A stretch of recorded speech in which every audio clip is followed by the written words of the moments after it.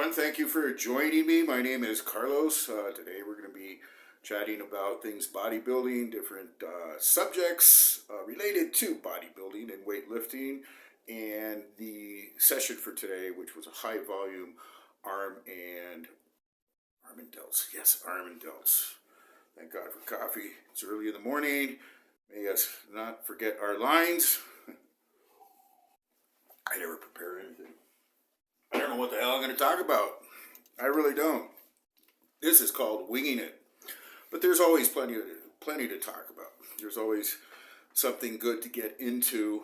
There's always a subject that can bring about and arouse our passions and our opinions, and good subjects for debate. So, where are we on this journey? Trying to lift as hard as possible. Been on a steady cut, on a diet, since the beginning of the year, since the 10th actually of January. And I am always very single-minded about what I do.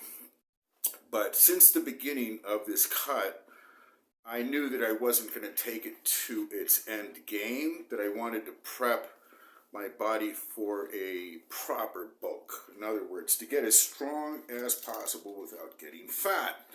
So I took the time, 10, 11 weeks, 10 weeks probably, to drop some body fat. And in so doing, not lose any strength at all. I've actually been making PRs every single week on some lifts. And so that's been really exciting to not lose. Nobody ever wants to lose what they gain, not in life, not in business, not in their finances, and much less with their muscles. Hard-won muscles. Man, this takes so long. It's a lifetime endeavor.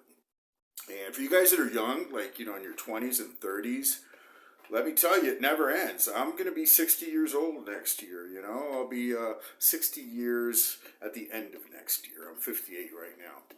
But if a 58-year-old man who has been lifting seriously for 11 years and an off-and-on gym rat his whole life is making the best lifts, his best progress, his best physique at 58, don't think that when you're 43, you're over the hill. At 45, it's over. Maybe for professional money-making endeavors in professional sports, yeah, maybe. But for you to be the best person, to be the best body, you can have an amazingly large, hard chiseled physique in your 70s. So don't give up. Don't give up. And lifting heavy. Lifting heavy. I do not listen to the advice of those who would say, lower the weights. It's bad advice. It's the worst advice. When I see somebody supposedly ego lifting, but in reality what they're doing is trying their hardest, I tell them, man, give it another try. Try to go for another rep. Next time, add 5 more pounds. You look like you were struggling. Well, that's what it should look like, for God's sake. I put up a video a couple of months ago, and somebody made a comment that, lower the weight, you look like you're struggling. And the first thought that crossed my mind said, how does this guy train? I would love to see how he trains if he doesn't struggle on any lift. What the hell is he doing? Everything is like just comfortable. He's just like, no strain. This is weightlifting. This is bodybuilding. Some things have to be really difficult. And you have to struggle with all your might. And some reps might be ugly.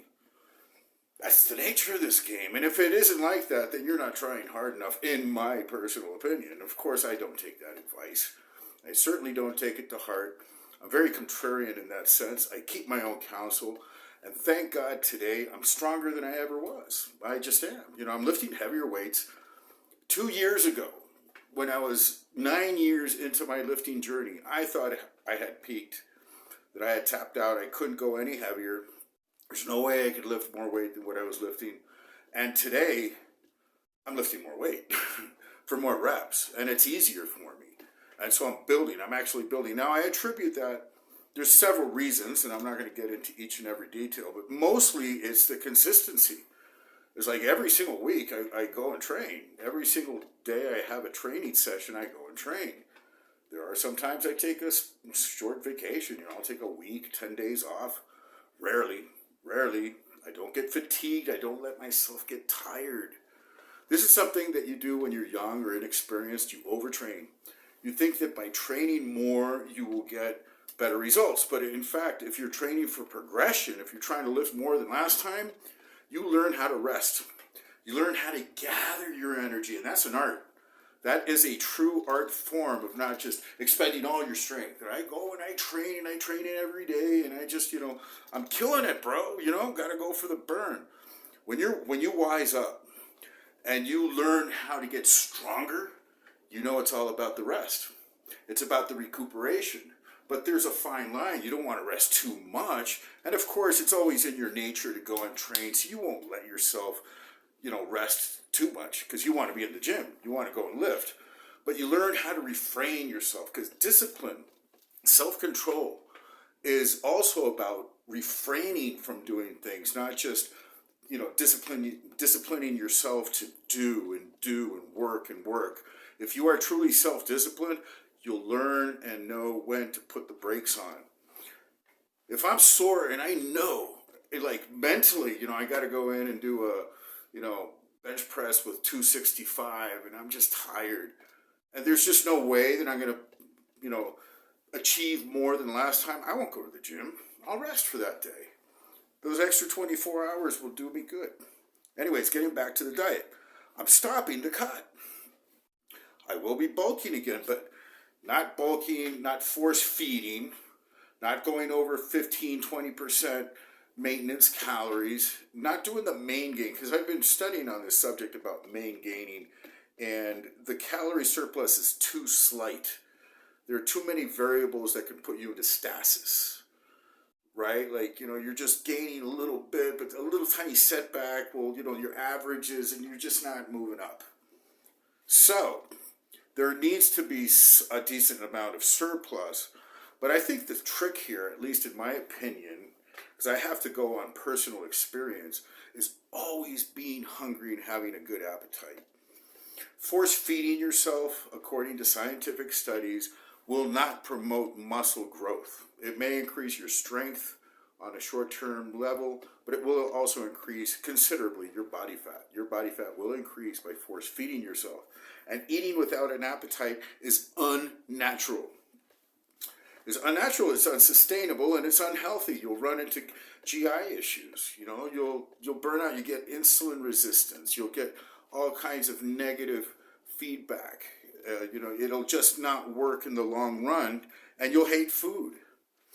And of course, since it is done by those who have successfully gotten large, it's misleading because they don't tell you, that they were on 12 units of growth hormone, 100 units of insulin, 10 different anabolics, and, all this chemical environment also to produce the most massive muscle growth response possible.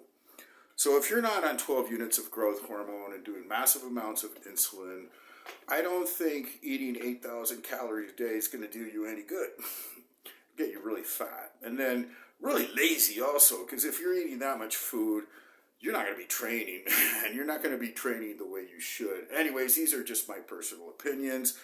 I'm probably dead wrong, because, you can't generalize everybody is this way. For some people, that's probably the way to go. I'm just telling you what I will be doing. Moderate increases. Maintaining a ravenous appetite where I could eat a big plate of food and want a little bit more, can I have a second helping? But no, when you're on a bulk diet, you should still be under control. It should still be a diet. It should still be, you should count your calories. You should measure things out. You should know exactly what you're consuming and not eat cheat meals, fattening foods. Don't do that, because when you're in a hypercaloric state, all that extra fat will go straight to your fat cells. So if anything, you want to lower your fat intake when increasing your calories and make sure most of it is coming from good carbohydrate sources. Your protein should always be the same, 200 to 250 grams of protein net. I measure it out cooked, so it's probably a little higher. It's not I'll measure out a pound of raw beef, and that'll be approximately 450 grams and approximately 130 grams of protein. Now, when I cook it, it reduces down to 250 grams net, and then I'll do the calculus. So it's probably, that's what I do. So anyways, that's where I am with the diet. Felt great on this cut. I got down to 190 pounds from 204, but my strength is continuing to build. And since I am so in love with this progression, I don't want to take my cut any further. I just want to build my lifts continuously. So now I'll be feeding those lifts. I'll be feeding the workouts to gain. And I think it's a great project that I have here for myself. I'm really, really excited on this new journey for the next 3 to 4 months. Slight increase in calories, going as hard as I can on the gym. So let me bring you to today's episode, Arm Day. Not every single session during the week is a PR session because I don't do compound lifts on my shoulder and arm day. I don't do overhead pressing except on a machine because I have my heavy pressing day on chest day. I do heavy weighted dips. I do a heavy incline, bench press, and so I leave the heavy pressing for one particular day to make the gains. So today, high volume, lots of exercises. I did like 9-10 different exercises, but these are very low taxing CNS type exercises, as isolation movements should be. You're not going to get the same fatigue level on your brain and your central nervous system doing concentration curls for your biceps than doing a heavy deadlift. It's just, it drains the battery in a different way. It's very localized. You recuperate much faster. Even if you do get some DOMs on the muscle, you're not going to get systemic fatigue. And so I do higher volume. I go faster also. I don't rest 3 to 5 minutes between sets. I basically don't stop. I'll do one set, then 10, 15, 20 seconds while I, regroup, grab the other arm, and I'll do another set. And the time it takes me to go from one exercise and set myself up with the other dumbbells or whatever it is that I'm doing, that's the time I take, which is probably less than a minute and a half. So I'm moving quickly through about 40 sets, 10, 12 different exercises, and it's also a fun day. It's not a day that I go, oh my God, PR on the whatever, and it's like, get your shit together. You gotta, sometimes I do get anxious. I get scared on some of these lifts. And so it's not one of those days. It's one of those days where we're going to pump. Now, I had the fortune or misfortune, I don't know what it is, of watching a Milo Sarchev video training Regan Grimes on giant sets and basically torturing him for 45 minutes with legs. And he didn't do heavy weights. He was doing like hack squats with 2 plates where like pros can do like, Ian Gillier does 12 plates. A Dusty Hanshaw does 14 plates on each side on the hack squat. He's doing 2 plates. And he's doing like these 10-second down, holding like, these iso tension holds, and then moving up really slowly. And then once he gets into the pain zone where he's flipping out, my legs are burning, Milos is on him going, more, stay in that pain zone, stay in the pain zone. He's got him like, for a minute there, just going, I can't take it anymore. No, keep on going. No, I don't want to. And he just keeps on going and going and going. He finishes that set, then goes into a supersets on like leg extension, leg curls. And then, when he can't take it anymore there, he stops and he goes on another exercise like a pendulum squat. He's got him like for 45 minutes just torturing the hell out of this guy. And so I said, I'm going to do that to myself today on the arm day. Well, not quite, let me tell you. Far from it. But the basic idea of getting into the pain zone, sort of like on the concentration curl drop sets. This is where drop sets really come in handy. And those pin-loaded machines, they really are a star when doing these drop sets. Because like, say on this overhead press here, and start out with heavy weight, and then, bring it down, hold it, explode up, and then, like, you're holding it, and I can't do anymore. You drop 20 pounds on the pin, and then keep on going. Like, do 3 reps, because your arms can't move anymore, and then drop 30 more pounds, and just keep on going. And then you extend the set out until your arms truly cannot move anymore. Did the same thing with the triceps, with the biceps concentration curl. And after the concentration curls, I grabbed a straight bar with like just 50 pounds And it was like just holding it here and doing these slow reps, things that I don't usually do because I'm into power, I'm into strength, and I like to lift explosively. I like to lift heavy. I like to lift fast. By and large, to gain strength and power, this is what you need to do. But this is a different day. This is a different day. It's high volume arm day. So it's like it's recess time. We get to go and play in the yard and play around. And it really truly was playing around, but in a very productive way. Very, very productive. So did all kinds of exercise. Did go heavy on the rear delt dumbbell flies. I do 65 pounds with these.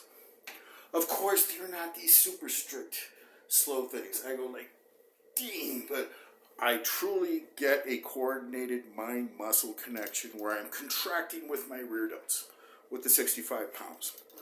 Then I do a drop set. I dropped it down to like 30 pounds and then 15, and then just burn them out. So that was basically it for today. Let's recap. Diet. Going on a bulk after a 10-week mini cut. I call this a mini cut. Not going into prep mode where I'm going to go down to 6-7% body fat one day. Probably got down to 12%, 12-13% body fat. So going back up very, very moderately, the slower the better for the next 4 months. Just really keeping a focus on increasing the lifts, hitting PRs, getting stronger and stronger, using more intensifiers, spending more time under tension on certain exercises after we clear our PRs, and having fun, having a great time. I feel so happy, man. Let me tell you, this path of progression, of staying on a progressive overload path, is good for the soul. It brings me hope. Every single day I wake up and I say, man, I can't wait until I'm 60. Because when I'm 60, I believe I will be stronger than what I am today. When I'm 65, man, maybe I will become old man muscle. When I'm 83, I'll be super jacked. Sure, I'll be 83, but man, strong as ever. Strong as an ox. So that gives hope. And a human being, don't underestimate the power of hope. Hope is one of the 3 triads of love, faith, and hope. Can't live without those 3. And if you have hope in your life, hope is an expectation of the future in a good sense. You have a hope. You have an awaiting. You're not like wishing. I'm just patiently waiting for those things to come.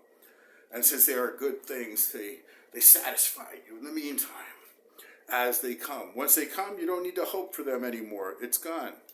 There will be a day when you don't need faith. And just that love will remain. Because God is love. So anyways, God bless everybody out there. Thank you for sharing this journey with me. I hope that this video and these insights and these ideas will help you on your personal journey, whatever that journey may be, wherever it may take you. Thank you again. Subscribe. Be with me, and I will be with you. God bless everybody. So today, high volume shoulder and arm day. We always start out with the muscle group that needs most attention. And rear delts are always a thing to be grown. So usually the imbalances come from the front part, not from the back.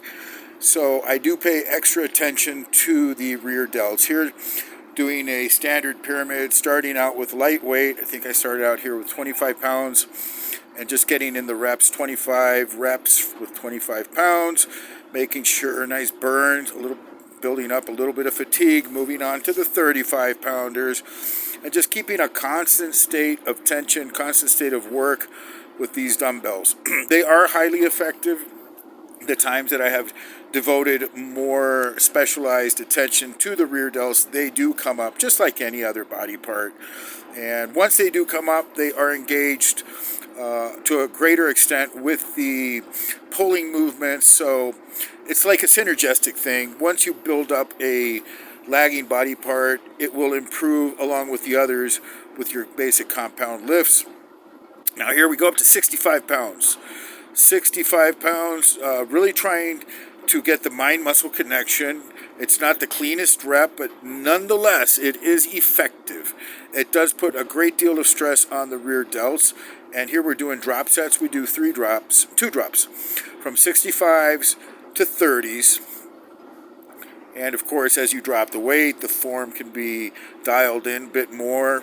Use a little bit more time under tension, slow down the reps, whatnot.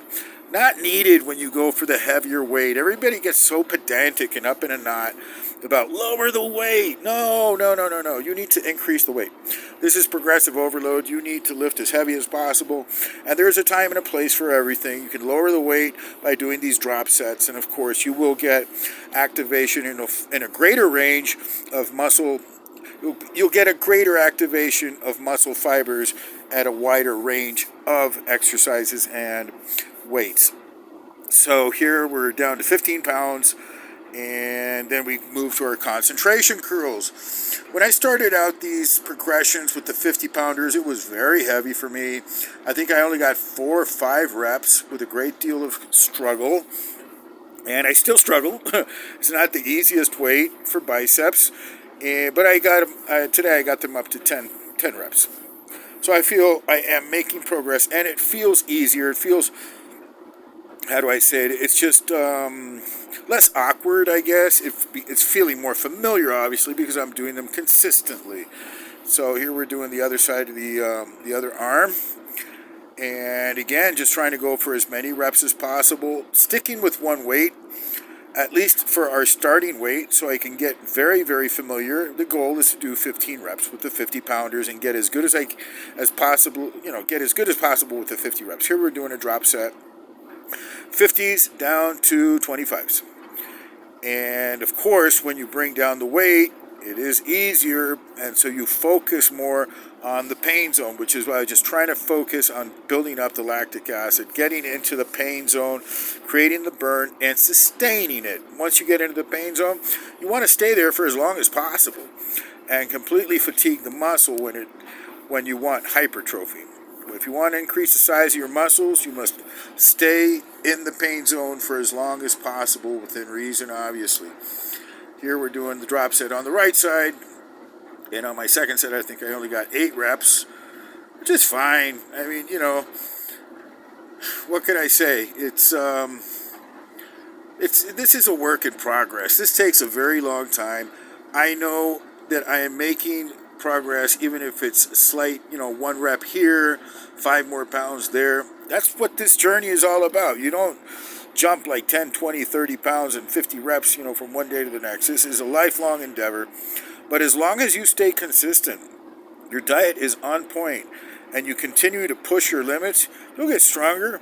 Your muscles will grow.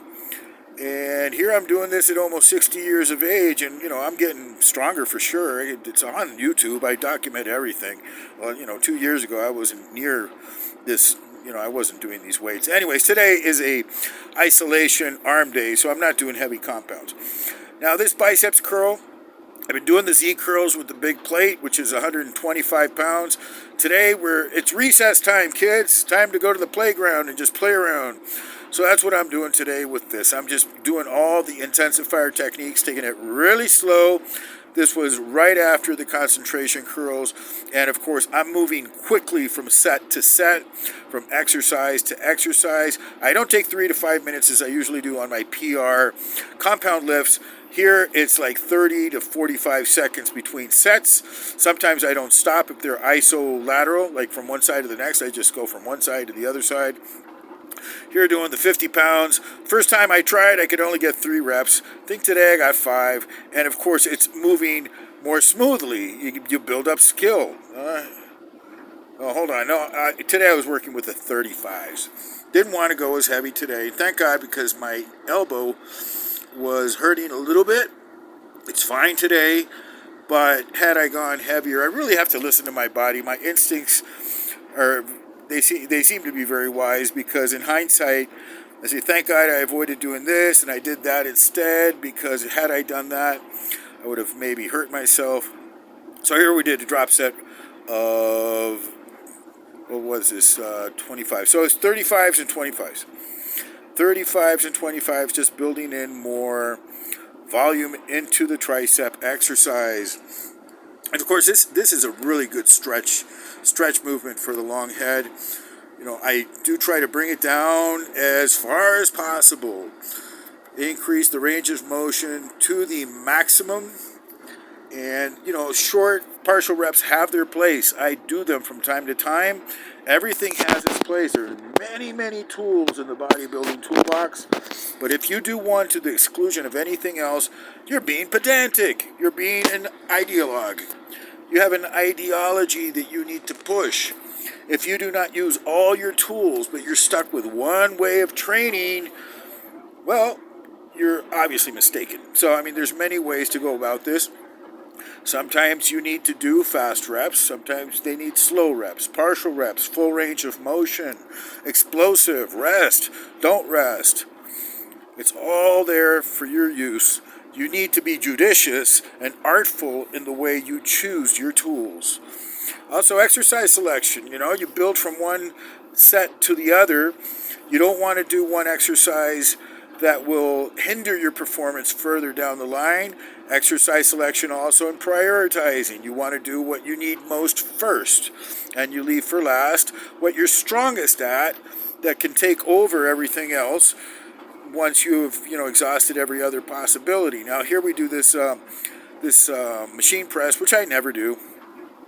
Today I decided to give it a try. Just to get in that time under tension and the stretch, full load reflex. Now here I found out something, and I should have known this before because I knew this already.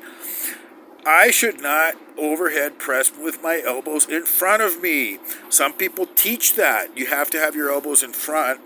Not for my biomechanics. I hurt my shoulders that way. If I flare my shoulders, they hit the anterior medial delt perfectly, and I get no pain. So every single person must find out their own particular angles and do what's best for you, not what somebody else says. This is the proper way. For who? For you? Maybe not. Maybe not for me. So I have to find out what really works, and that takes time, takes experience, takes experimenting a little, but hopefully you won't hurt yourself in the process. So here, obviously, I bring out my elbows a little bit with a bit of more of a flare, and I'm looking at the mirror. I can see the veins starting to pop out, trying to keep the tension on. And I wish I was a little bit more vascular, but I'm holding quite a bit of subcutaneous H2O. And that may be just because I'm still high body fat at around 13%, 14%, still considerable amount of body fat, and just holding water from high sodium. But I don't eat a high sodium junk food diet, just I add a lot of salt to my food. So here we're doing the drop sets. Again, just trying to exhaust the overhead press. Now this is a movement that is not that taxing on the central nervous system. In other words, it's easier to recover from this one than from a standard barbell military press. And since I do my incline bench presses 3 days after I do my shoulders, I don't really want to get too fatigued from the CNS.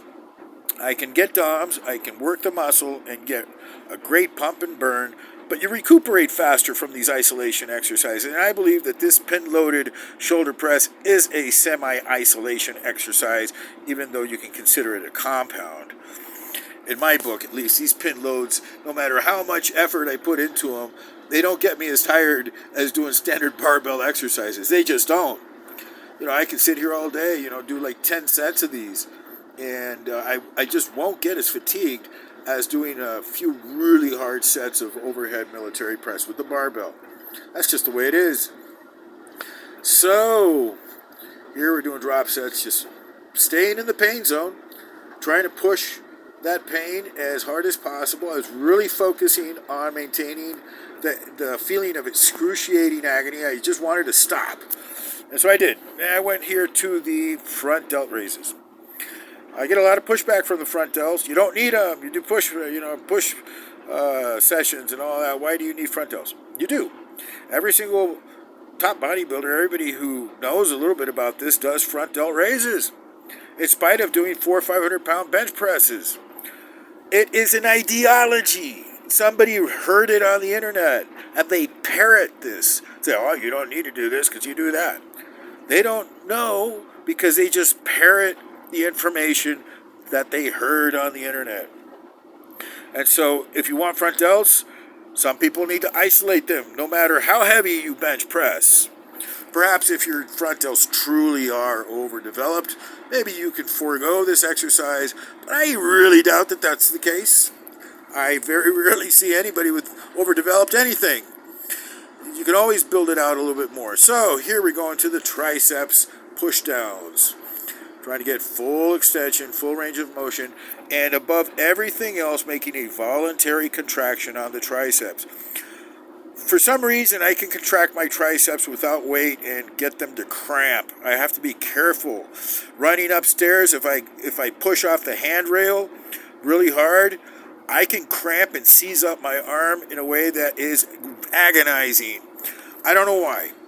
It's just my particular. So, I have to be very careful with these triceps extensions. In the sense I can work up to a lot of weight. I do skull crushers with a plate and a 5 kilo. But I have to be careful of the mind-muscle connection, because if I voluntarily contract a little too hard, I can actually seize the muscle and cramp it up. But anyways, this is old school. This is a very basic exercise, and it works.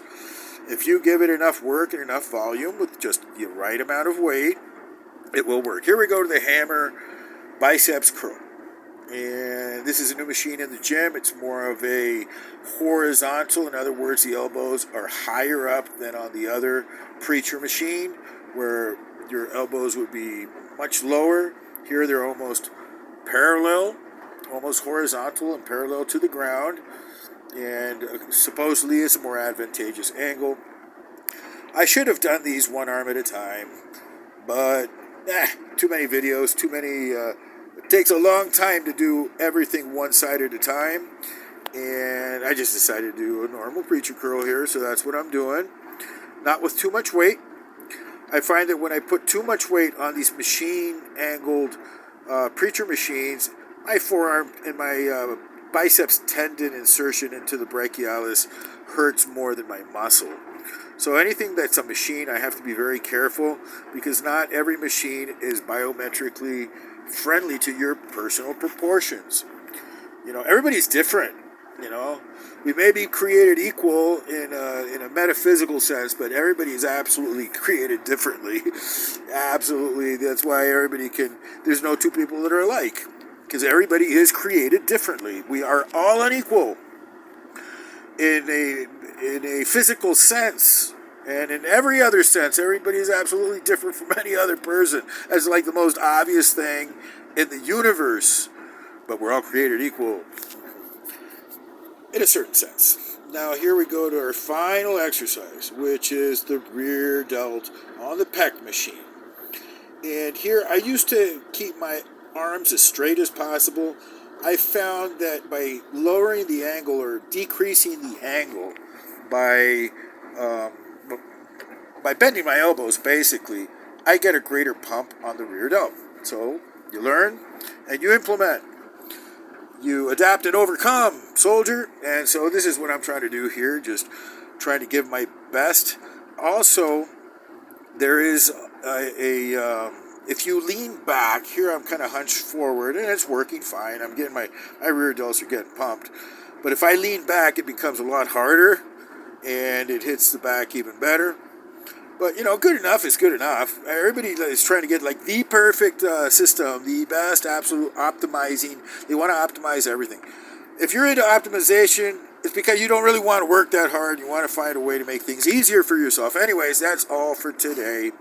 Thank you for joining me on this journey. I hope that this has been of some value. Notification. If it has, please hit the subscribe, post notifications, leave a comment.